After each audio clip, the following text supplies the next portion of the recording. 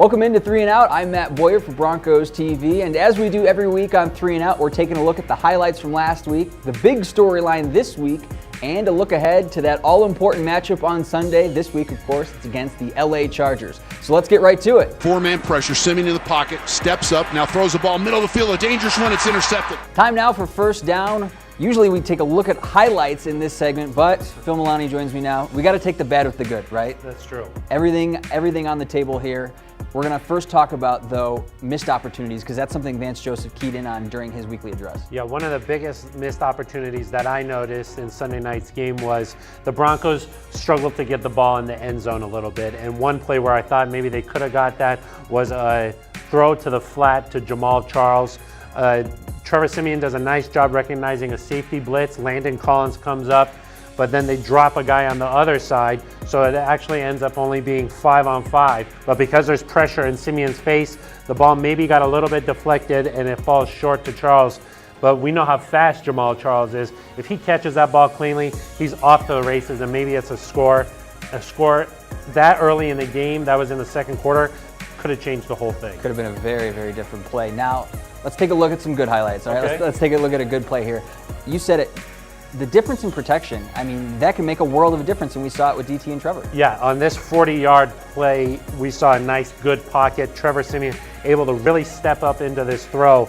It was a 3rd and 9 play, so maybe you're not expecting a deep shot there, but the Broncos send all 3 of their receivers deep down the field. DT is running a go route down the sideline. The other safety's late to come over. Siemian delivers a nice ball, able to step up into the pocket, and DT, we know how he just goes up, gets the ball at the high point, and even if there's 2 guys on him, he comes down with the ball.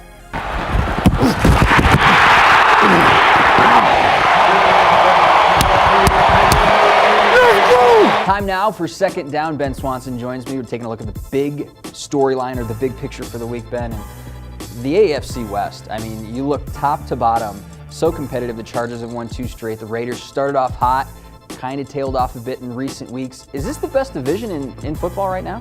I think you can make that case, and I mean, you look at it and they really beat up on each other, and that kind of hurts themselves in the standings, but yeah, you could definitely make that case. You look around the league and some of the divisions that you thought were going to be the best, like the NFC East, you know, teams like the Cowboys and the Giants have clearly fallen off, and so they kind of take a step back from being the best division. But yeah, so a lot of good divisions out there. As far as talent goes, though, I think the AFC West might be the best. From a pure record standpoint, it's hard to say, but they seem to give every team that they face a run for their money. It seems like competitive-wise, the parity across the league is really going to play a lot into how the playoffs are going to shape up. It feels like we haven't seen this type of parity in a long time. Yeah, you really need to read up on your tiebreaker rules, I think, this year. I was reading this article on The Ringer, and it said that through this point in the last 3 seasons, this year there have been 14 teams that have 3 wins, whereas in 2015 there were only 5, in 2016 there were 9. A lot of teams have kind of just been fighting in this kind of mud in the middle, and it clearly will take a little bit longer to see who will separate themselves, but if some teams kind of keep going the way they are, it could be really close towards the end of the season. Because of that parity and because of that competitiveness across the league, divisional records are going to be paramount and very, very important, and you can bet the Broncos are thinking about possibly going 3-0 against divisional opponents this weekend. They've been playing well, all year, and they string together 2 wins, so it's going to be a tough one. Every week is a tough one. You got to be desperate to win, and we got to get this one. This next week, we got to get this win versus the Chargers. Time now for third down. Eric Dalala joins me now, and Eric, I'll try not to say San Diego Chargers. I've been saying it all week, but the Los Angeles Chargers. First time the Broncos are going to go there. This is the first road divisional game. This was the season opener, though, this matchup. What did we learn in the last game, and how can the Broncos apply it to maybe this matchup? Yeah, it was a little bit of an interesting game last time because I think if you look at the game score, you're seeing a missed field goal by the LA Chargers to give the Broncos their season opening win. But if you watch the game, the Broncos kind of dominated that contest until 2 fourth-quarter turnovers really brought the Chargers back into it.